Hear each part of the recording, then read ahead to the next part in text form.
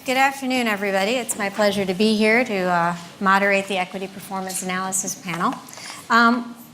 It has been a staple. I think everybody except Brad has been on this panel more than once. I've been here for 4 years, so we're all just going to give him a hard time as everybody filters back in from the coffee break. I'm used to that. Well, that's why you're here. No. So I'd like to kick it off. Everybody's been here all day. Let's kick it off with the numbers. Shal, do you want to explain where you think cybersecurity stock performances are going for the year? Absolutely. And maybe introduction. Yeah. And introduce yourself along the way. Absolutely. Can you hear me now a little better? Yeah? Thank you, everybody. Thank you. Shaul Real. I'm a research analyst with Oppenheimer, covering cybersecurity stocks. I've been with the firm for the past, we're getting close to 20 years now. So, we've seen the ups, we've seen the downs, a couple of cycles. It's actually my third year here out of the fourth. Very happy to be here, alongside with my colleagues that I also consider to be friends. Yeah. We don't have a lot of friends. That's the problem. I have 3 friends. So with that, Ken, or shall you want to go on? I want to do numbers. Yeah? Let's do numbers. Okay, sure, absolutely. So actually, I think we do have a slide that we've prepared. It's an Excel spreadsheet, so I think everybody could, Literally numbers. Oh, excellent. Wow. Literal numbers, yeah. So, we've taken a year-to-date approach and a 1 year, 3 year, 5 year, and a 10 year. And I think what you can probably see very vividly, for the most part, is the fact that really the cybersecurity names have been outperforming, whether it's the Dow, whether it's the S&P, whether it's the heavily driven tech, NASDAQ. We will tell you that, even with this great performance, one of the issues that, we're, and probably institutional investors are struggling with is some sort of an imbalance of supply and demand of cybersecurity names, meaning to say it's a must-play theme from an institutional perspective, but at the end of the day, there are about 15 to 20 names to work with, and we have about, let's say, 4 or 5 large-cap names, and probably then a long list of mid-cap and small-cap names. So I think that does create a little bit of that imbalance, which obviously contributes to an extent to some of those valuation levels that we have been seeing over the course of the past few years. So if you want to go through the numbers, it's right behind me. Year to date, we had a little bit of a mixed first quarter that kind of brought some share prices down. But still, on average, we're up 24% versus the S&P, 15% or so. NASDAQ, about 20%. So not kind of pretty much, I wouldn't say in par, but not that far off. Late last year, we had a little bit of a downward movement in the November-December timeframe, but I think that's pretty much behind us right now. And I would imagine, all things even and equal, that by the end of the year, we have continued and outperformed the S&P and probably the NASDAQ, knock on wood.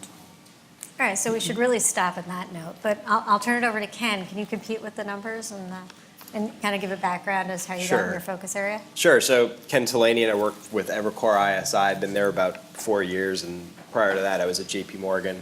My focus is mainly on the cybersecurity stocks, and I think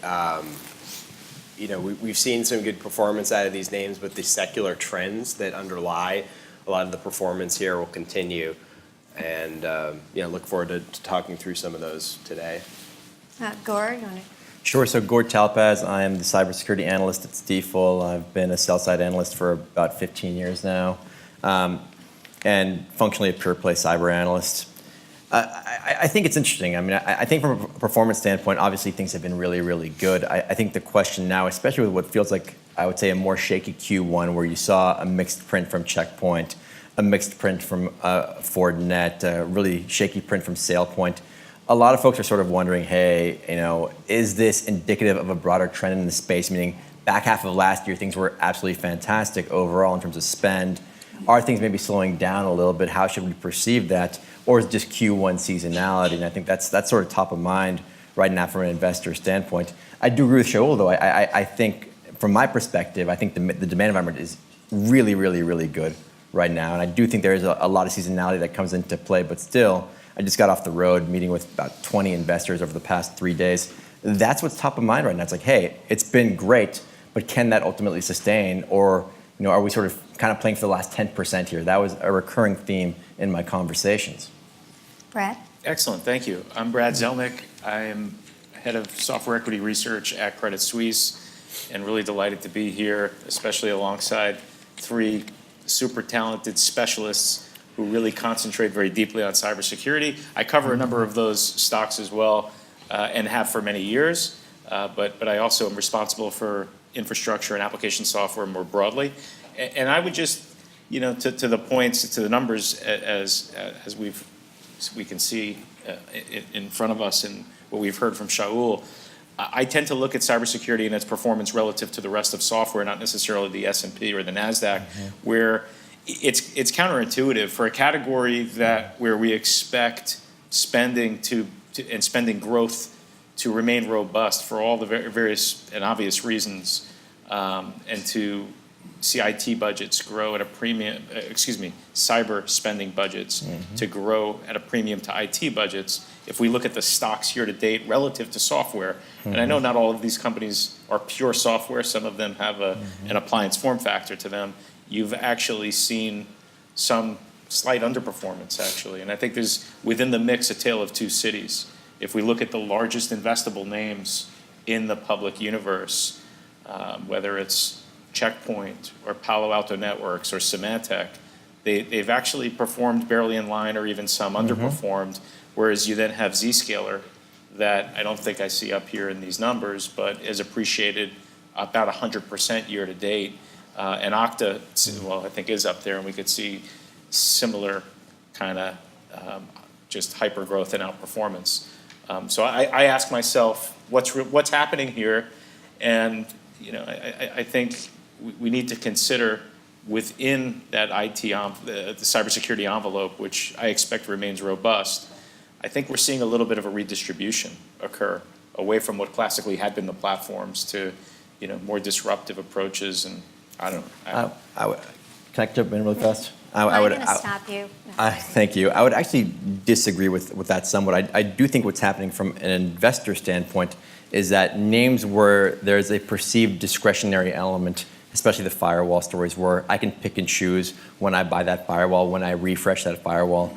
There are clear natural tailwinds in that market in terms of firewall 1.0 to 2.0 refresh and just general demand and network traffic patterns that drive the growth in that business. Yet, if you look at the investor sentiment around that, they're always looking for ways to call the top in that business. Oh, last year was great, but it's all refresh, and refresh is going to come to an end, and it's going to be all new models. I think the big thing with names like Zscaler and Okta, and even names like Proofpoint and other SaaS-based stories in the security universe, is that the model is just inherently more resilient in a lot of ways. There's less discretionary elements to it, and they're more predictable, and I think investors are willing to pay a premium for that, which is, I think, is why you've seen better performance in a lot of ways. But it's interesting, when we talk to people on the firewall group, there's always, I think, a broad debate on it because people are always looking over their shoulder and saying, hey, like we've seen this in 2015 and 2016, are we going through this now? Even if the channel partner tells you, hey, we're moving past peaks and valleys, they don't really care. They're like, well, look at Checkpoint, look at Fortinet, You can tell me it's just Q1, but I'm still gonna look over my shoulder and be careful with that. Respectfully disagree. So I'm not an analyst, but generally Aplom focuses on working with the board level to create portfolios of cybersecurity. So I always like to use this panel every year as my starting point, the summation point of what my portfolio should be for my CISO going forward. Last year we talked about endpoint. Somehow this year we got around crypto. I'm surprised it hasn't been discussed yet.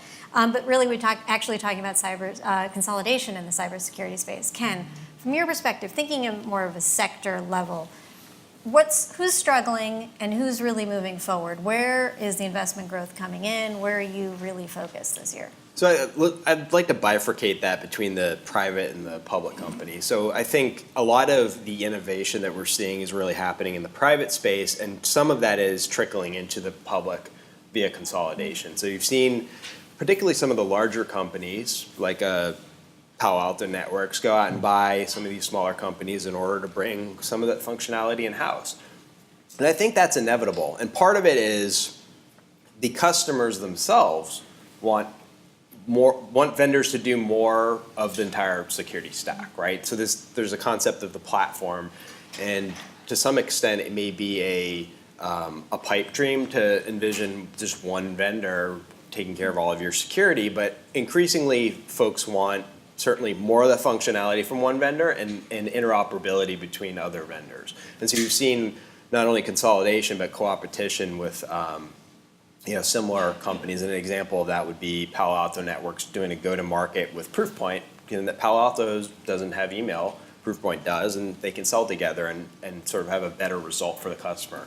So I think we're likely to see that consolidation continue. And again, I think the amount of VC investment going into the private space, there will certainly be a lot of options for them. There will be a lot of companies that end up being probably bad purchases too. We've seen that. But for the most part, I think that trend will continue for years to come.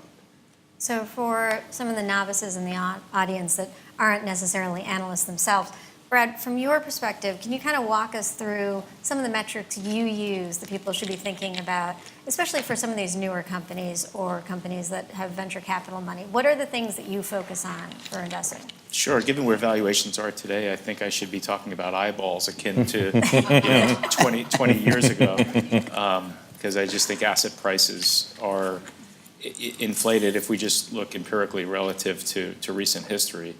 That said, finding quality growth is very scarce and therefore commands a premium.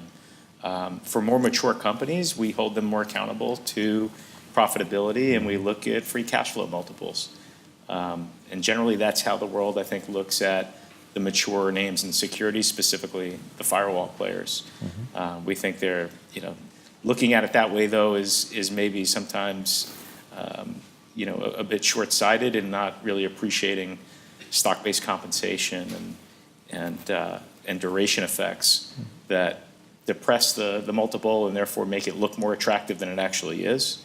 On the flip side, for some of the innovative companies that are earlier stage and still in hypergrowth, where we know the unit economics to be quite strong, holding them accountable for profitability, it doesn't make as much sense. So therefore, as a proxy for their ultimate cash flow generative potential, we'll look at revenue multiples for these companies. Cheryl, you're smirking, so I just have to ask, do you have anything to add? I think he always looks that way. I just want to cause trouble. I think that's the only reason I'm invited back here. Gara's got his boxing gloves on, so destined to lose. I think it all boils down right now, given that many of those private companies are still in a growth mode, and they're putting a lot of money, to sustain and accelerate these lofty growth rates. Some of them are not going to be profitable, and I think it's going to lead us, at the end of the day, to the enterprise revenue to revenue methodology. Also, given the relative scarcity of talent within the cybersecurity arena, that's a theme on its own. We're not going to touch on it now. That goes back to the stock-based compensation that Brad was alluding to. So, yeah, when you factor that out, non-GAAP basis, EV to sales for the most part. We can touch on some of the ARR and subscription growth and subscribers growth as it relates to the SaaS-driven companies. But yeah. I would add a few metrics just really fast. We look at ARR. ARR per customer for us is really meaningful. For us, actually, probably the most important metric that I care about is net retention rate, the dollar-based renewal rate. Are you selling more to your customer, not just through price increases, but are they actually consuming more of your service? I think cybersecurity in a lot of ways can be a rational space and times. And I think when you look at it, if your products actually work and companies come back and buy more of your solution, that's indicative of, hey, you're doing something right.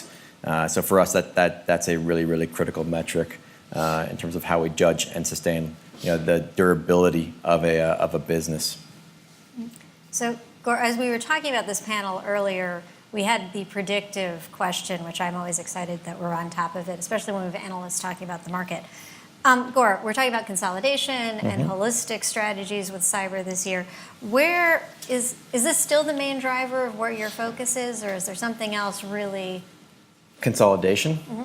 I mean, we care about consolidation, right? I think if we just think about the inherent complexity that exists across most networks, I think that there has to be some measure of consolidation. And will there be a Salesforce.com or Microsoft or Workday-like story in security? I think there will be. One thing we're spending a lot of time on right now, just from a company standpoint, are heavily data-driven models, i.e., I look at security in a lot of ways as a data problem. You're ingesting a lot of events. What do I do with all that? How do I process that? I think it's really interesting. When we look at companies and you sort of think about the history of the space over the last few years, you've seen data companies and you've seen analytics companies, and I think now you're seeing broader integration between the two, which I think is really, really interesting. I think we're sort of moving to the stage right now where there's just so much out there. There's obviously a lack of personnel, a lack of talent to handle that. How do I take all this? How do I generate actionable intelligence? How do I respond to something quickly and actually deliver a better outcome? I think what security's lost in a lot of ways is that it should be a risk-based approach to how you buy and how you procure the solution. It shouldn't just be, hey, I'm looking to buy the cure. There is no cure, but how do I reduce my risk profile? And the way we think about that is tight integration between aggressive data collection through a wide sensor network and really, really deep analytics on top of that data. I would just chime in to say I think the odds of seeing a Salesforce, a Workday, and a one single consolidator that really wins in this market, I think the odds of that are really low. I think if it occurs, you definitely would want to own that company, and I can guess who Gur thinks that company is. But I think history tells us it's a promise that we've heard. It's counterintuitive, right? Because the average enterprise has over 60 different security controls in their environment. The customer, the CISO, is inundated, overwhelmed with alerts without the manpower to respond. And they're begging for consolidation, but at the same time, security is the one adversarial aspect of IT where it's an arms race. For every underlying technology innovation, there's some nefarious actor in, I don't know, perhaps Russia, China, take your locale, using it to their advantage, and then you go from anywhere from Tel Aviv to the West Coast and find all sorts of players that are using that advantage to come up with some new way of protecting. And I think that the promise of consolidation, while logical, has been the message from, I don't know, every vendor I've known for over a decade looking at this space. McAfee was going to solve that problem with EPO. Symantec had an answer. Checkpoint had an answer. Everybody's talking about the platform. Yet I think for all these reasons, it hasn't occurred. But I do believe that, and agree with Gur, that there's a security is more and more a data analytics problem in demand of automation and orchestration. And I think the winners are going to be the ones that solve that problem. So it's the two things really fast right there, if you don't mind. I don't think you're going to see one single winner, right? I think cybersecurity is an amalgamation of multiple markets. But for example, if you look at endpoint, the average PC on an enterprise runs 8 different agents. I think that's going to consolidate down to 1 or 2 in the next 5 years. I think you look at the firewall, we've already seen it, right? If you look at the network security stack, you used to have a firewall, you used to have an IPS, a URL filter, et cetera, a FireEye appliance, and now it's consolidating down into a single solution. So I don't think you're going to have one to rule them all. I think you'll see, in some ways, platform fiefdoms, because this is a massive market. You're talking about a $100 billion plus market that grows 8 to 10% every year, depending on who you talk to.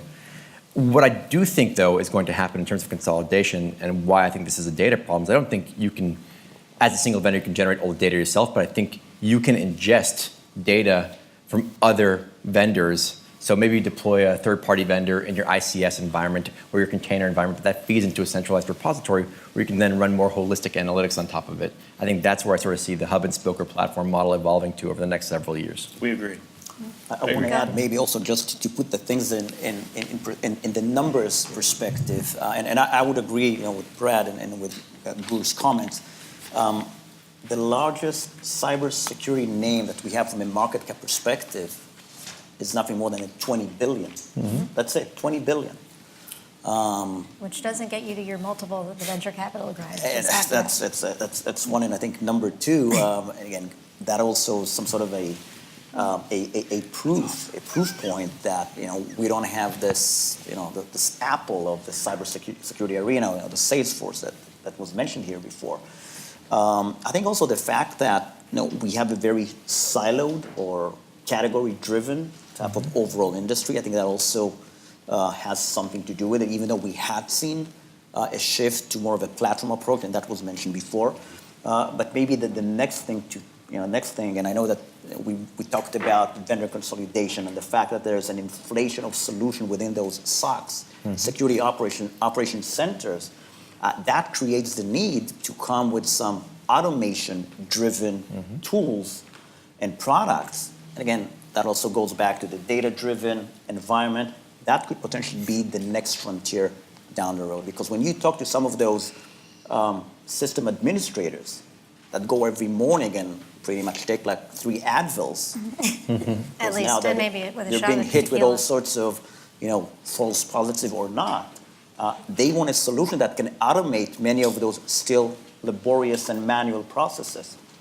Well, from the CISO perspective, I know it's the constant struggle to figure out what it is they're missing in their portfolio of Cybersecurity Suite. Ken, do you have anything to add? You got out of my struggling Yeah. sector, so, Well, I would say, there's a couple aspects to this too. To your point around the CISO, there's a finite budget at most firms to some extent, right? I think we've evolved to a point where cybersecurity is a board level discussion. So it's a lot Hopefully. easier for the CISO to say to the CFO, remember when your email got hacked? Let's not do that again. So we need more budget. But it's still relatively finite. So you have to pick and choose. You can't just throw your money and hope that it works, right? There is a process element to it. But I think to go back to this kind of data-centric approach, there is an idea that, as we look around all of the different pieces of cybersecurity, whether it be endpoint, network, email, these all become essentially sensors, right? And you could argue there's variable competencies in terms of control points for all these devices. But they are sensors that feed data into some central location in which that data is then processed to perform better cybersecurity. And I think that, to what these folks have been talking about as well, is the more likely evolution near term. And that helps with the interoperability because you can go to a company and say, well, you still have firewalls from Cisco and Palo Alto, and you have Symantec and CrowdStrike. And you know what? You don't need to get rid of that. You just feed all the data into this one central repository and have some better idea of what to do with it and automate around remediation when there's issues that come up. I'm hoping that the venture capital guys are still here, so as we develop this new project as a team, that we can just get it funded, right? Well, With the 5X I think the point you're making is really good, which is the delineation between consolidation versus simplification. Right. Which I think is a critical point. So Brad, I can't get on an airplane without promising my daughter I'm going to ask this question. This is the only reason she lets me come to this. My goodness. It's the unicorn question. She will allow me to come to any conference on cybersecurity as long as I get to ask, are there any new, and since you're the new one, are there unicorns on the horizon for 2019 or things that we should be focusing on? Unicorns and rainbows, there certainly are. And I've got to be careful in referencing specific companies. Given as you can imagine, we are as a bank involved in many of the various processes. But I can mention some names that I think are well known and out there in the press. In fact, I think we just saw CrowdStrike on file. Other companies that are talked about include Tanium, Cloudflare. And I'm probably missing a couple other good ones that are not at the top of my tongue. I think the related question, as we look at the financials for some of these companies that are coming to market, not just in cybersecurity, but in other areas within software and cloud as well, we're seeing today companies still in growing triple digits at significant scale. And I ask myself, why is that? Why is it that we, I'll go to something that's a recent IPO, which is in a separate area in unified communications, is Zoom video conferencing, which I'll look around the room, how many people have used Zoom or invited to a meeting. It's a great experience. I mean, that stock, to put just some perspective on it right now, trades at about 35 times analysts' expectations for next year's revenue. And we just initiated coverage of it, so I can speak to it. But why? I mean, this is a company that's hundreds of millions in size, still growing and expected to grow upwards of triple-digit type growth rates. My best answer to that question is we're now finally seeing born-in-the-cloud companies come of age from 5, 7, however many years ago when Amazon probably first and foremost, but now Azure and GCP have provided a substrate to create this type of innovation at scale. But I think interesting. But unicorns, yes, there are more of them, and I'm sure I'm going to be complimented by my peers here and adding some other names that I'm not even thinking of right now. So two classes of unicorns that we see. We see disruptors in established markets. So Endpoint is one, obviously. Where you mentioned CrowdStrike, that's certainly one. But in SEM, I think we're starting to see, one, a lot of disruption in that space. Obviously, Splunk Sure. is public, but I think there are some interesting private companies in that arena. Sumo Logic is probably one to come. Exabeam is really interesting Yes, in agreed. that arena, especially in terms of the all-you-can-eat model. And then I think there's also sort of the threat plane expansion stories as well, i.e., you're deploying new solutions in your across tech like containers or cloud as well. And I think securing or at least deploying policy into those environments, I think creates really interesting opportunities. So, for example, in app-based segmentation, someone like an Illumio, I think, is super interesting. And then Totally. in containers, you're starting to see things happen in that arena. No unicorns yet, but it's starting to get there, just given just the rapid expansion of that arena. And not to get too far off topic, but I think there's something interesting to be said about sort of DevOps and DevSecOps and bringing security into that element as well, which I think is now becoming more top of mind for the VC community. Ken, any tooth fairies or buddy rabbits? The only one that I would throw out there is, for years, we've heard rumors of Palantir going public, and that would certainly be the largest, I would guess to be the largest potential IPO. I don't know whether that would come anytime soon, but that would be the other one that I would put in that bucket, just from a pure size standpoint. So, no. Illumio, actually, I think the recent round was already a unicorn. Which one? Illumio? Yeah, that's that's what we just said. one and a half, yeah. It was one, yeah, north of 1 billion. So what about mergers and acquisitions in this space, Joe? So going back to the topic of market consolidation. Market consolidation actually is some sort of a primary, or to an extent, even secondary driver of what we had seen. And in that context, we have plenty of networking companies, enterprise software companies that also want to take place within the overall cybersecurity party, which has been going on over the course of the past several years. We want some companies also, they wish to expand their platform to be able to upsell into their existing install base. I think that would be another motion here. But I got to say that what we had seen actually over the course of the past 3 to 4 years, and we got to keep in mind that interest rates are still absolutely low. There's still plenty of cash on those companies, on those giants, even mid-cap and large-cap balance sheets. So that's not an issue, and their shares have been working out absolutely okay. So from finance and transaction, that's not an issue. But I think what we had seen is actually that many of the companies that we cover here, actually, rather than being taken out, and again, there had been some takeouts, but they have been more charging and buying some additional tuck-in type of solutions, broadening their portfolios. Again, going back to having their ability to go and upsell into a current install base. We also had seen a movement whereby the private equity funds have been moving very, very aggressively and rapidly to build their own internal platforms. So probably the most, I think that the recent one I can think about from a public domain was actually, that was 18 months back, give or take, Imperva, as an example, being taken out by Thoma Bravo. That has been expanding and buying more and more assets in that respect. So probably we see no stopping here. All these guys that, you've seen their names before, especially the smaller the market cap, the higher the probability is to become a takeout candidate. That's going to be probably the nature of the market for the upcoming, for the foreseeable future. I would just add one thing to that too. I think I've had this theory that you've had this increasing convergence between cybersecurity and traditional defense. Right, I'll give you an example. I think it was a week and a half ago, Israel's IDF launched a strike against Hamas. Essentially what they did is they found that a group of Hamas operatives were hacking Israel. Instead of hacking in the back, they blew up the building. And I think as far as I've seen, that's the first instance of a kinetic attack against a cyber attack.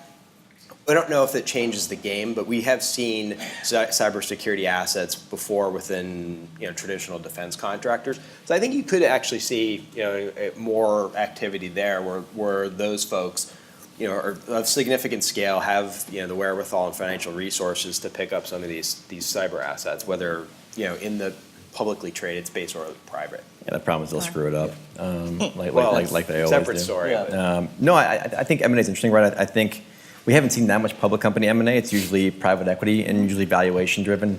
Tom was kind of creating an island of misfit Muppets with their cybersecurity strategy, but they buy them cheap and that works for them.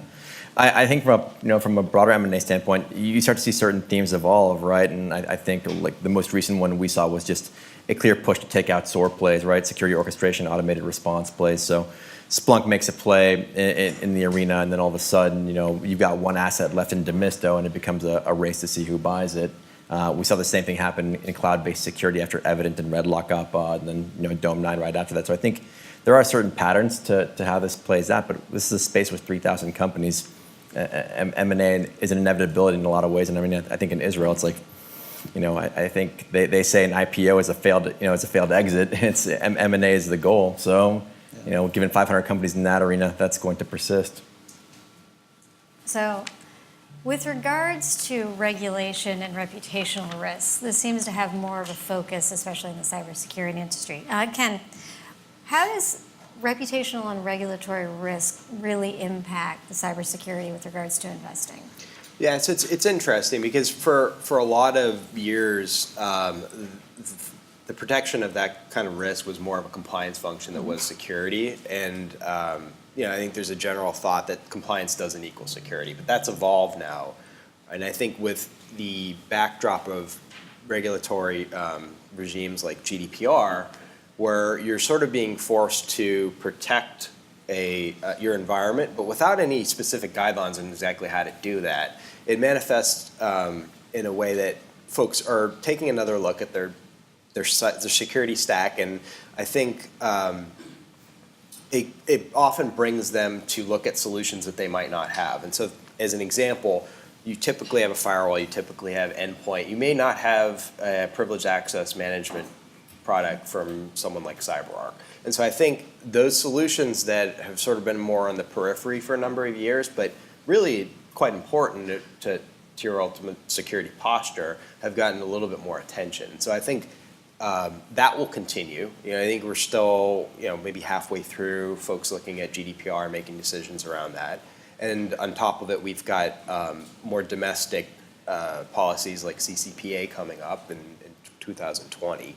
So I think ultimately, those regulatory regimes, the fines that result out of some of those regulatory regimes will cause people to continue to look and purchase more product. Gore, any thoughts on the $3 to $5 billion Facebook fine or the impact of the 3-day disclosures on stock? Yeah, I think if you look at regulation now, especially sort of more recent one, it's clearly heavily privacy driven, right? Because I think that's what resonates with the voters presently. I think the number in a lot of ways is it's eye popping, and I think people should invest in data protection, things like that. I actually want to see more regulation and more mandates on the part of the government. I want them to lead by example in a lot of ways. I was actually on the Hill yesterday having dinner with the congressional delegation, and it's, you go back and forth and just, it's like, oh, we're gonna do another roundtable next week, don't worry. And it's like, no, you're getting hacked left and right. You should be leading by example instead of just playing to the investor base, but that's maybe a longer conversation. I think GDPR is a good start. I think in the US we need to do more of that, because otherwise Europe will lead the charge on privacy, and that's a mistake. Definitely, especially when we're going to have 50 states and then 20 different regulatory Correct. entities federally. And it's happening, by the Yes. way, in California. Well, luckily, California is also pushing the board issue, so at Yep. least that's a start of a conversation that makes sense. I do want to give the audience time to ask questions. Does anybody have? Alrighty. I don't have a mic to give you. You do. Running around. Alrighty. Yeah, just hold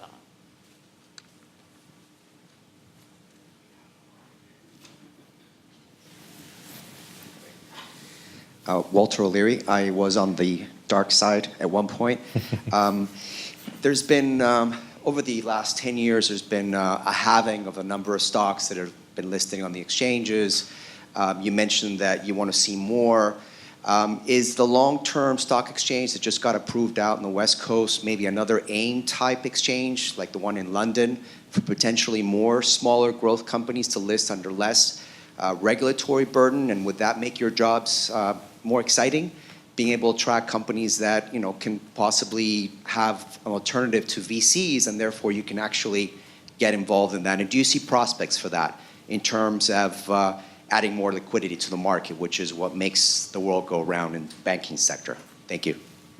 I'll take a shot just to say that, as Gert mentioned earlier, with literally thousands of cybersecurity companies, for us to be informed, we've got to be out there on the leading edge. And it's always interesting to talk to those that are early to mid stage, so you understand what's going to be disruptive to some of the larger incumbent players and identify some of the themes in terms of a public listing for a smaller scale company. I don't know that it really changes what the way that I think about the world. I've already got plenty to do, and I've got my hands full. And our opportunity, quite frankly, is a function of market cap and trading volume at the end of the day, in addition to the broader capital markets opportunity for the other side of the dark side, where my brethren over a well-chaperoned wall is out there helping companies to raise capital and advise them at scale. So I appreciate the question. I imagine for those companies, the availability of capital and to have a rubber stamp of, hey, we are public, I think that sometimes is a branding event and helps to compete better in a market.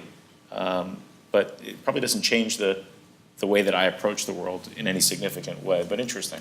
Yeah, I would love it. I mean, I think if you look at the past few years, as companies have gone public, they're only bigger and bigger now. I mean, I remember 2007, you could go out with $30 to $40 million in revenue and grow 30%, and that was enough to get out there. And I think today it's like $300 million in ARR, and 120% growth, and it's like there's just not that many of those. I think also just from an awareness standpoint, it'd be useful. Security is in a lot of ways an iceberg from a public market standpoint. The 20% you see kind of hides the 80% below the surface. So just bringing more awareness around, to other technologies would be great. I would add.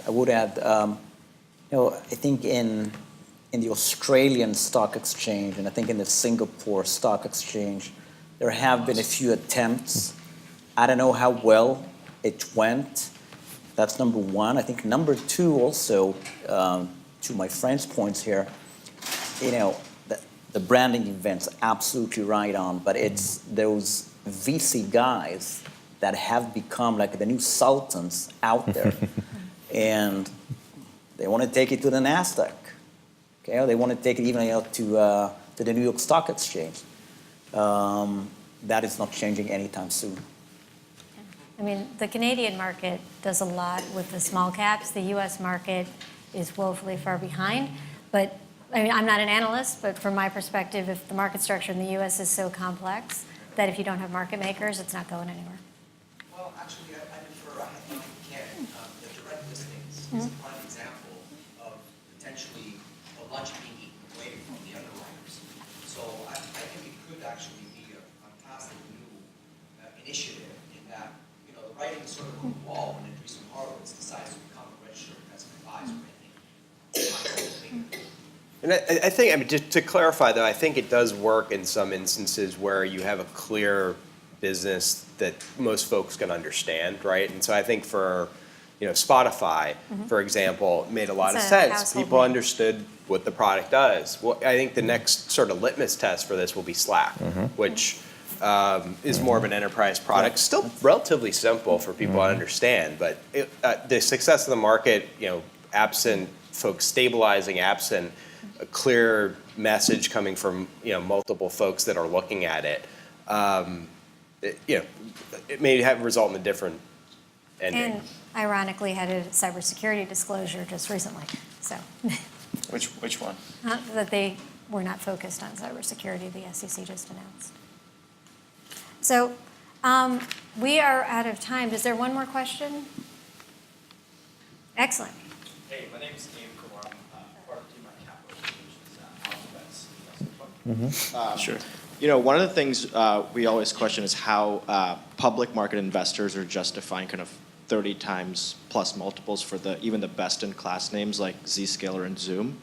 In your conversations, are there kind of common themes that have come up for those best-in-class companies that justify those super premium multiples? Yeah, people jam a square peg into a round hole. I mean, it's like I was talking about this yesterday, and someone's like, "Oh, well, look, if you look at 2026 free cash flow, you're totally fine." Someone showed me their DCF on one of these stores, and I won't name which one. They had 97% of the value in the terminal multiple, and they're like, slap 24x on it, you're good to go. I think people rationalize it any way they want to because they want to be involved in the story and they don't see a negative catalyst, in the future. But I think you clearly know that rationality maybe goes a little bit to the side in certain circumstances. That's how they do it. I mean, I think there's also an element of, is this product going to grow into a TAM that's substantially larger than what is perceived today, right? And if there's enough of that available TAM, and you believe that the product or multiple products are going to succeed within that market, you can, again, I think you back into some justification because you're trying to pick the winner regardless of price and hoping that it works out. Supply and demand, the end of it. Yeah. Well, it's my honor to have gotten to moderate this stable panel, so thank you all. Thank you very much. Thank you. Fun. Thank you.